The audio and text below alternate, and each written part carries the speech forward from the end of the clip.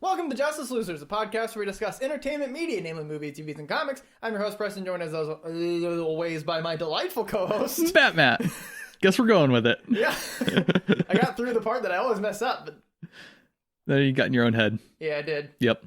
Matt, what you been up to? Liking, subscribing, and shit. starting fights in the comments. Great start. It's been a week. Yeah, be sure to like and subscribe, or there's always ways to interact and show your support for things on whichever medium you're listening to or watching this on. Yeah. So do those things, and then in the comment section on whichever particular medium you're on, let's get some controversy up in here. We're gonna say some good opinions. Boy, This is gonna be a very opinion-based episode. boy, is it. If you disagree. Yeah, if you think that what we're talking about is bad, you're wrong. If you think what we're talking about that is bad is good, then you're wrong. Tell us in the comments. So we finally are able to talk about this. Like grown-up adult men. Grown-up 24-year-old men talking about a cartoon that came out in 2004. On Nickelodeon. If you haven't listened to episodes prior to the 150 relaunch, I've talked about this a lot. Avatar The Last Airbender is a show that came out forever ago. And it was a show that was ahead of its time. Mm-hmm. And it was targeted at children, but it just nailed the ability to tell a compelling story with compelling character arcs that still appeals to grown people. My goal right now is to convince people that have not seen it and might not have an interest in seeing it because it was a cartoon show on Nickelodeon, that it is a solid show and it is worth watching. Let's talk about the premise of the show. Yeah, the premise itself, the world building is very interesting. So there are 4 nations in this world, each centered around one of the 4 elements: water, earth, fire, and air. And there is the ability to control these that some people have. It's not a overarching ability. Some people can, and people in each of the nation can control their element. So it's called bending. So some people in the water nation can bend water. That is controlling water and doing things with water. So that's one of each of those. But there's this one person who has the ability to control all of them. Mm-hmm. And that person is called the Avatar. Avatar, The Last Airbender. And the bending is actually something that's really interesting that you don't really notice is each of the bending styles is based on a type of martial arts, Eastern martial arts. And so the way that rock benders work is very based on, I don't know the name and I don't know what it looks like, but it looks like it's very solid and robust and it makes sense. Air is very fluid and kind of like and just kind of avoiding. Fire is very aggressive and destructive, like sharp-edged kind of. Yeah, and water is like peaceful and healing. And so there's this one person, Avatar, who is basically meant to keep everything in balance. Yep. But 100 years ago from the story, the Avatar, who at that time was an airbender, was born in the air nation, disappeared. And the Fire Nation, who is a whole bunch of destructive assholes, were like, you know what? We're going to take over the entire world. And they took over the entire world 100 years ago. We find ourselves 100 years after that. The Fire Nation just kind of controls everything. Yep. They're this terrifying Nazi army. Yep. They haven't officially won the war, but they are winning the war. They are winning the war. It will be over. And then the Avatar comes back. And he's this 10-year-old kid. With an arrow on his head for some reason. With an arrow on his head. Well, they explain it in the show, but... Right. But he's this 10-year-old kid who went missing for 100 years, wakes up from... explains pretty early on. Mm-hmm. And he's like, what is going on? Like, why is the Fire Nation everywhere? And that's the introduction of the plot. That's what's happened, and he needs to stop the Fire Nation from completely winning the war. Yep. The appeal to this show, one of the many appeals to this show, is the fact that they treat him like a 10-year-old kid with a world of responsibility. Yeah. And they don't dance around that. Yeah. They spend a couple episodes kind of introducing his goofiness 10-year-old, but then season 1 really just starts to kind of hammer it. It's like, oh my God, I have so much to do Yeah. and I have so little time to do it. Yeah. And I'm 10 and I don't even know the other elements. He really does feel like a 10-year-old for a lot of the show. Like Yeah. a 10-year-old with some wisdom to Yeah. him and some worldliness, but like he reacts to things in the way a 10-year-old would. Yeah. Like he's got a good appreciation for fun, but if you've met 10-year-olds, you know that they can be serious about things. That's right about the point where you can start to be mature and think on an adult level, in a little bit at least. Yeah. Okay, so what's something that you think of the moment you think of Avatar, like that you liked the whole show? What's like one of the aspects? The consistently interesting and varied visuals, really. Yes. It's constantly like, it seems like every episode or two there's a shot or a scene or a setting where I'm like, wow, that's really pretty, and that's doesn't look like anything we've seen yet.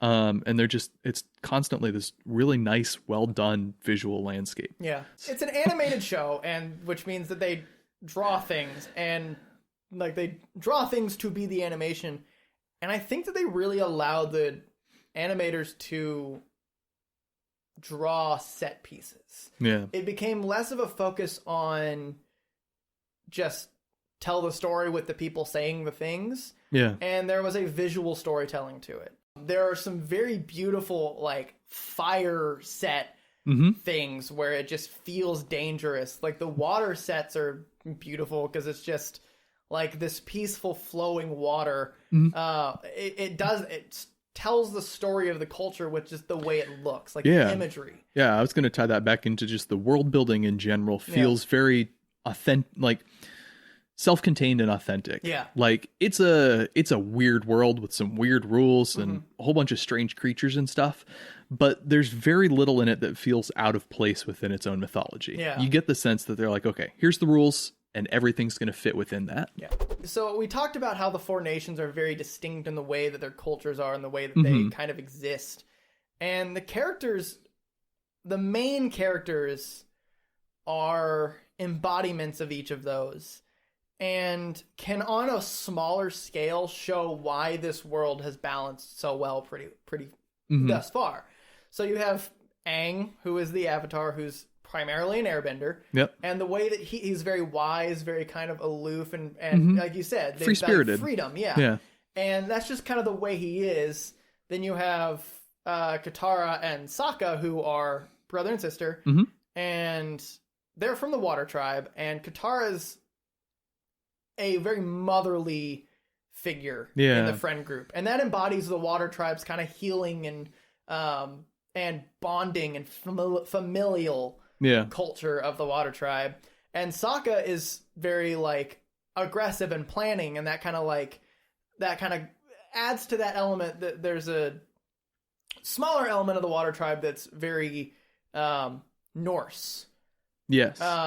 Like the tribe goes together, and like that bonding makes it through to battle, from not only just like living in the village, but also going out with your tribesmen to do whatever you need to do to protect your tribe. It's right. bonded. Then there's Toph. She is very just blunt and stubborn and forceful, and you would understand how she butts heads with Katara, who's the motherly figure, a lot. And then she also butts heads with Aang, who's very like free-spirited and does whatever you want. And then and Toph's just like, this is the way it is. Then over time they come to terms with each other and understand the way that they butt heads and then reconcile. There is evidence that they are understanding each other in a more fundamental way. Absolutely. And not just like, oh, the only way we're going to beat this guy is if we get along. Like, it's not like that. Again, this goes back to how by the end, the Avatar team, the Boomerang Gang, has embodied the way that the balance has worked so far and why it tipped so far in one direction. Right. Is because of corruption, and then as the corruption is weeded out and addressed through Zuko, you can see how those four elements live together peacefully. And I think that's just an amazing way of telling that story. Yeah. Through the plot of the character arcs, you tell this world-building story of how these four elements have lived in balance. Zuko is the character that I want to talk about the most. So Zuko starts off as this guy who wants to hunt the Avatar because his destiny and my honor is depends. It all depends on hunting down the Avatar. He's really annoying for about 6 episodes. But Zuko is one of the best redemption arcs of all time, in my opinion, because it doesn't feel like it's to serve a purpose. Mm-hmm. It does. It ends up fitting into place. But... It fits in place, but like it doesn't feel like the plot is just telling him to get better. Yeah. He's going through genuine experiences, whether it be he's just plainly sees the destruction of the Fire Nation and goes, oh my god, we're destroying people's lives, or just experiencing the way that other people are and realizing that that's how it works. He experiences a Earth Kingdom family and is just like, these are good people. Yeah. Holy crap. Yeah. And then and all the way to realizing how evil his family is. Yep. It's kind of a 2-staged thing. Mm-hmm. It's the first one is he slowly realizes the villainy of the Fire Nation, and then like kind of and then leaves the Fire Nation.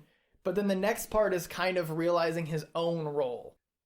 It's the most authentic and genuine losing your path and finding your way through your own struggles than being told your way. So that's my rant about character, because that's the thing that I think of when it comes to Avatar is like, it's just, when I was a kid, it was like, oh, I can be a waterbender, and like, I always wanted to be a waterbender. Yep. And then when I watched it the second time, I was like, oh, this is kind of like, this is a funny show with some pretty interesting characters, and like the plot's kind of cool. And I'm just like, oh my god, the character development is just phenomenal. Yeah. The character development, the music, like you said, the just visuals. Yeah. Heck, even the side characters are all interesting and unique. Yeah, exactly. What else? Music. You kind of very briefly mentioned that the music's really good. Yes. First of all, they do a great job with motifs. Yeah. You've got the sound of Iroh, which is it's a specific kind of horn. Yeah. That he plays in the show, but it is the sound of Iroh. It's kind of this somber, introspective sound, like that fits with T, which is his whole deal.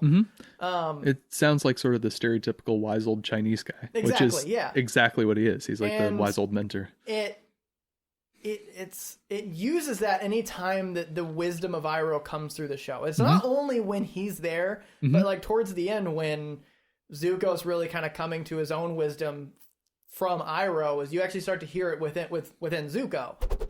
I didn't realize how Norse the Water Tribe was until playing Valhalla. Yeah. Like, they're very Nordic. And so, like, you have the war drums of them, and then you have the war drums of the Fire Nation. It's just, there's this kind of motif that you feel with everything, and a lot of music does that, but just, it doesn't feel as, like, that's right for it. There's 2 songs in particular that kill me. There's the song during the Agni Kai at the very end, which is a duel between 2 people that you've seen the duel coming forever, and it just plays it right. It sets it up perfectly. It accomplishes it perfectly without diluting it. I think I talked about it in an episode where this duel doesn't make it epic. Right. Because it's not supposed to be just like this really cool fight. It's these 2 siblings that have been pit against each other almost. Yeah, they really have. And they don't have a choice, but like they know they need to finish this. Yeah. And it's somber. It's like, again, regretful that this needed to happen. The music just kind of says, we wish this didn't have to end this way. Yeah, music plays a real and substantive role. Yeah. Which is more than you can say for a lot of shows. Yeah. Well, I think the big thing that makes it hold up for adults more, not more than children, it's perfectly satisfying kids show, but the thing that makes it appealing to people like you and me that, you know, have serious taste in art and like good quality things is it's it plays really effectively into a lot of just really base level universal themes. Yeah. Tradition versus progress, innovation, vengeance versus justice versus mercy, peace versus violence. Oh yeah, all the time. Yeah, it's a big one. It does a really good job with that one because a good theme when it's a A versus B theme is not saying one of them's wrong. Basically, right. I mean, unless it's like good versus evil. But like, even in then, the point is that there needs to be a balance, because if you think about the plot of good, or the theme of good versus evil, what is good if there's not evil that exists? Because if there's no evil, then there's just a lesser good which becomes the evil. There's always there's the comparison. And when it comes to vengeance versus justice versus mercy, like there is not one without another, and it's like it struggles with that. It does say that there is, like, it plays a lot more to the mercy in the show. Because of that Eastern, like, peace and nonviolent sentiment. But but it shows sometimes the ramifications of mercy over justice. Right. It's never quite black and white. Yeah. Even on things where there probably is a right and a wrong answer, they do let some of that gray area creep in. And they let mistakes happen too. Yeah. And I think it's really done really well for kids. So if you're a parent thinking about showing this to your kids, for kids it is pretty much is black and white. Like the result in a child's mind is like, peace and love and blah, blah, blah. But the more you think about implications of stuff within the show, it starts to kind of put that gray area. It's like adult humor, but adult themes. Yeah. Hidden within children themes. Yeah. There's so much to this show. There's got to be more that I'm missing. Yeah. Well, you mentioned something just a little bit. They're perfectly willing to let the characters make mistakes and feel the consequences of those mistakes. It's not just everything happens to work out all the time because they're the good guys. No, things go wrong. People get hurt because of their decisions and because of their mistakes. Anything else?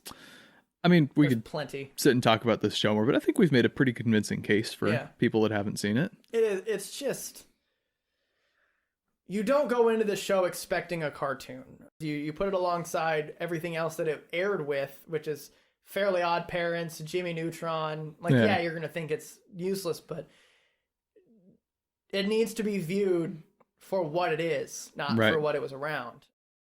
Hey guys, Preston here. Thanks for watching. Hope you enjoyed it. If you liked what you saw here, make sure to subscribe and hit the bell so you know when we upload these every Thursday. If you want to hear more, we have an unabridged version on Spotify, SoundCloud, iTunes, and any other podcast app. Check us out on Instagram at JusticeLosersPod. See you next week.